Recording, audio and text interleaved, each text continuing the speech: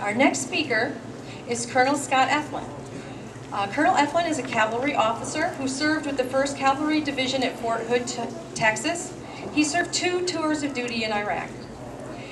He has taught with the United States Military Academy at West Point, and Scott and his wife Ann, who's right over here, hello to Ann, are currently living in Newport, where Scott is teaching at the Naval War College.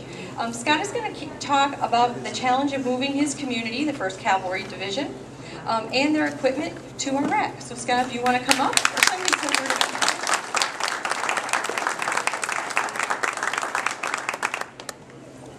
me. And do I sound all right? No?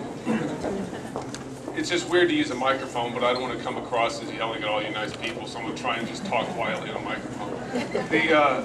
For those of you wondering how I got here specifically, Mary and I went to high school together, and her sister Liz, and then what a small world, here we are, more than 20 years later, and our paths cross here in Rhode Island. And so she called me up and says, "Hey, I'd like you to be a guest speaker and talk about the Army." I said, "Yeah, that's neat. I look forward to the opportunity to talk to people about their Army and tell them what's going on. It's important." And she goes, "Yeah, we need to talk to the 1st Lego League," and she explained what's going on. I'm all about toys, so I mean, as she said Lego, and and I said, "Well, what an awesome program." And I said, "Yeah, that'll be really, really neat."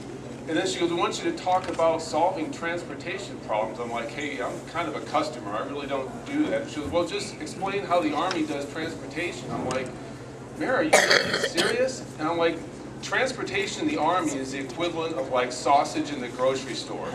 I mean, it tastes good, but you don't want to know how they make it. You don't want to know what goes in it. It's just best to get it, put it in the microwave, and eat it, and not think about that stuff.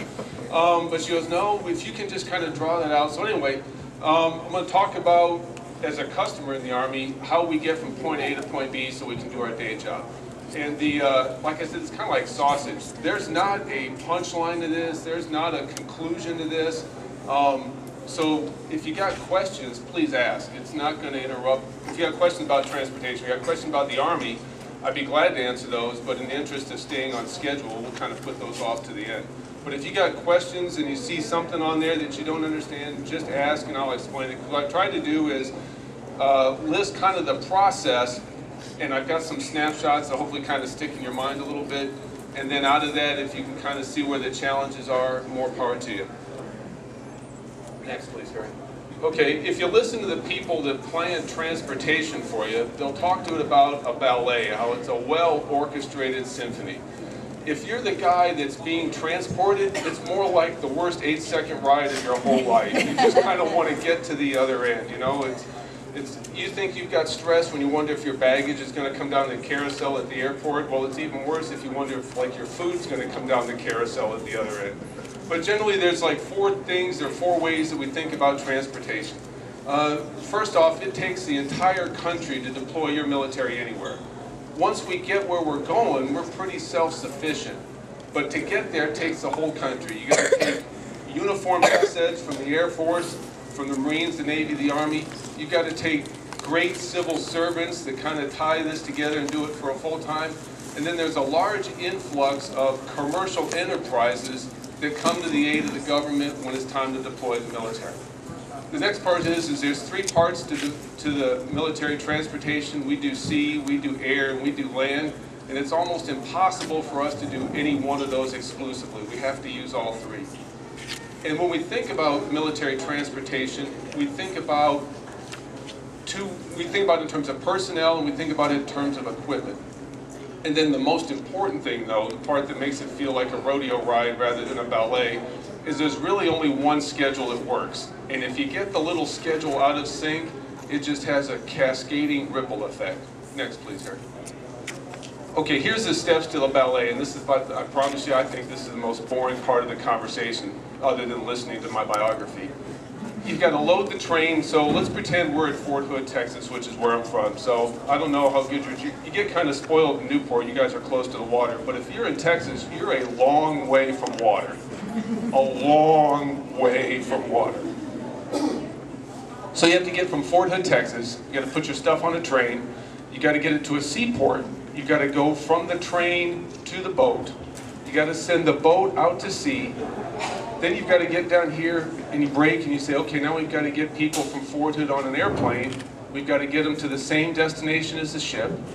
We get the ship at the other end at the port. Now we've got to get it off the ship and on to transportation at the other end. We've got to get the people off the plane, and you got to do that somewhere where it's pretty secure and safe. And then you got to do the last step. You've got to move all this stuff, get it all reconfigured like a military unit should look like, and you got to move it to the final destination. And all that, like I said, takes sea, air, and land, and you got to get the sequence right. Whoa, easy killer.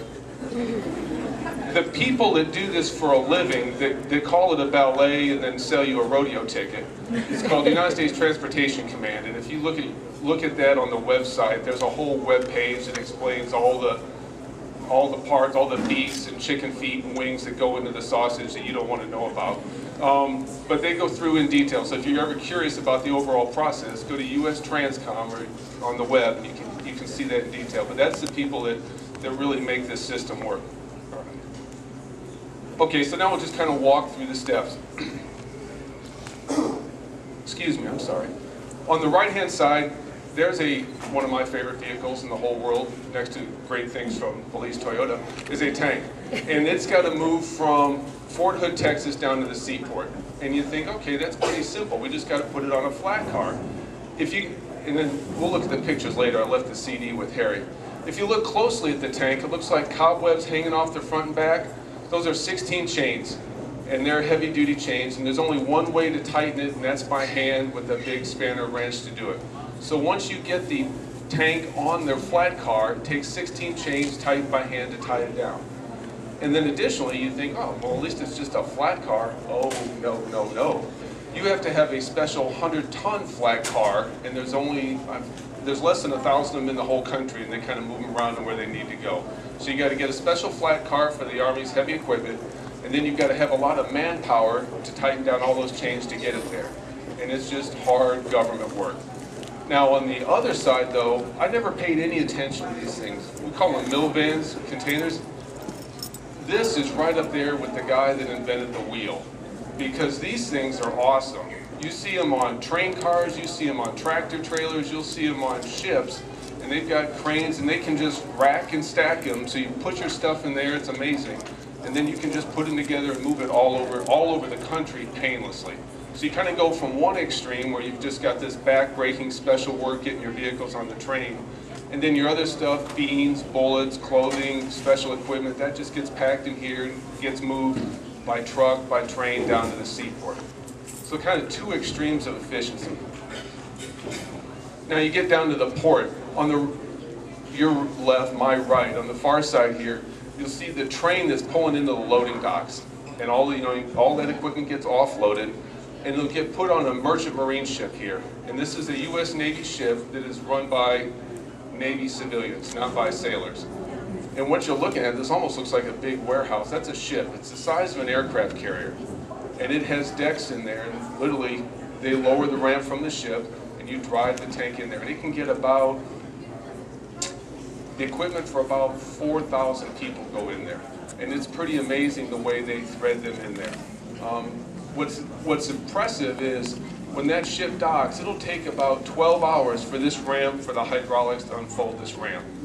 It'll take them less than 30 hours to put 3,000 pieces of equipment in there, tie it down to the bulkhead, and steam away.